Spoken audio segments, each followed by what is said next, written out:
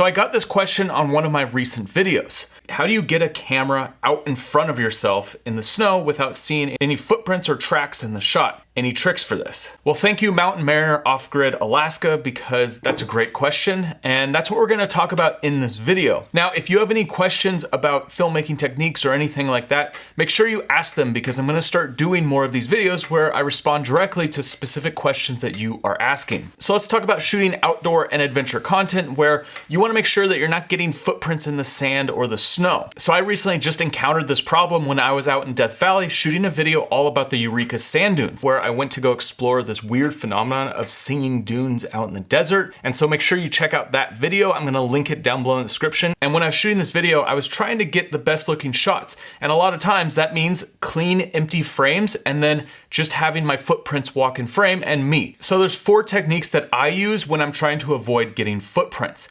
Now, the first one is using a drone. This is probably one of the easiest ways to get a camera away from yourself so that you can get these shots of you moving through a scene without actually having to go somewhere and place that camera. So when you find a shot that you want, you can easily fly ahead and then just use the drone as a tripod in the sky. And with a drone, you don't have to be super high in the sky. This is something that I always talk about in my drone videos.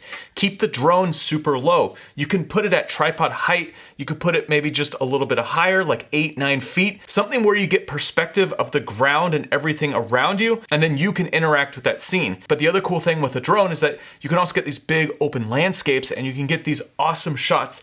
And if you do some movements, you can create really dynamic looking footage. I have another video where I talk about 10 different drone moves that you can use when you're by yourself filming alone. So I'll include that video down below in the description so you can check that out after this one. But there are a few problems that do arise when you're using a drone to film yourself. So depending on where you're at, you might not have access to be able to fly that drone. When I was out at the Eureka sand dunes recently, I couldn't fly a drone. I was in a national park. So that basically eliminated this entire method from getting shots of myself walking through these sand dunes. Also, if you are out in the wilderness, well, you don't always want to bring all this additional gear. You might just want to bring a camera on a tripod, and adding a drone and adding some extra batteries and controller and everything else that comes with it could add a decent amount of weight to your pack depending on which drone you're working with. Ideally, if you want to keep things small and slim, get something like the DJI Mini 2. It's a very tiny drone and it's very lightweight, and it's perfect for getting these shots of just like a tripod in the sky. Now, the second method, which is super easy, is just walk into frame and then move past the camera. Now this is great because you just put the camera right where you're at and then you move past that camera. So you just want to set up a nice clean shot, and then as you walk past, you're gonna be setting those footprints. And then you'll double back and come and grab your camera later. Now this method's great because it's easy to set up and get rolling, but the downside is you're always gonna be walking away from camera. So there's a lot of times where you don't want the same shot over and over. If you're using something like a POV camera, you don't always wanna just put it on your head or put it on your chest. The same goes when you're creating this kind of content with a camera on a tripod. You don't just wanna set it there and always get a shot of your back walking away from camera. Now the third method to get shots is to get those where you're coming right at camera. And what you're gonna have to do is find a clean patch of snow or sand, and then you're gonna wanna walk out and around. Now this one's gonna be the longest in terms of time to get these shots, but they are some of the best looking shots because you're gonna have this empty frame and you're gonna be walking or riding or whatever from the distance moving into the shot. And so it takes a lot more time to set up, but you have much more of this filmic look because it's a lot harder to get these shots. So what you're gonna have to do is when you find an area that you wanna capture, you have to circle out and around, and you have to make sure that you're not putting footprints in the snow or the sand anywhere along the background. And then you're gonna find your shot with your camera, put it down on the tripod, make sure it's clean, and then you basically have one take. You're gonna double back around to where you started, enter into frame, and walk through the scene. And ideally, when you do a shot like this, just keep the camera rolling, get both the entrance and the exit, and then you can come back to the camera and turn it off. Because you might only use a few seconds of that shot when you're somewhere in the middle, but it's good to have all of that when you get into the edit.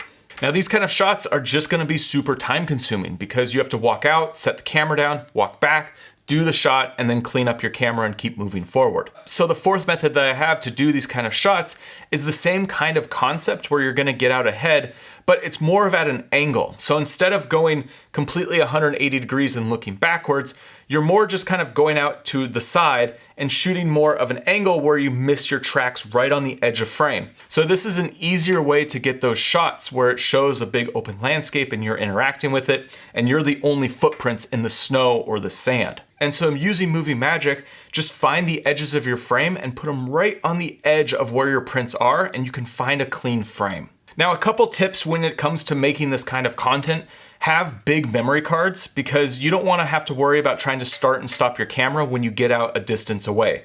I prefer just to hit record knowing that everything is good on the camera. I go and do my shot, and I come back, check that it's still recording, and then turn off the camera. Now, another big tip is use longer lenses. So depending on the shot, you might want to use a wide lens, but it's going to show a lot around you. Imagine using a GoPro, you're going to see everything. Whereas if you use a longer focal length, so say like a 50mm or like an 85mm, well, you're going to be much more narrow field of view. And when you do this, you can isolate one area, and then you can get a clean shot where it's avoiding all of your footprints. And so I use a lot of these leapfrogging techniques where I'm going ahead, going back, and I have to just keep setting up my tripods, and it does take a lot more time to make videos. So always give yourself at least double, if not triple, the amount of time that you thought it was gonna take to do something to actually film that, because you're gonna be backtracking a lot. Next, make sure you check out this video right here, which goes through a technique that you should use when you're out filming these kind of videos. I'll see you on the next video.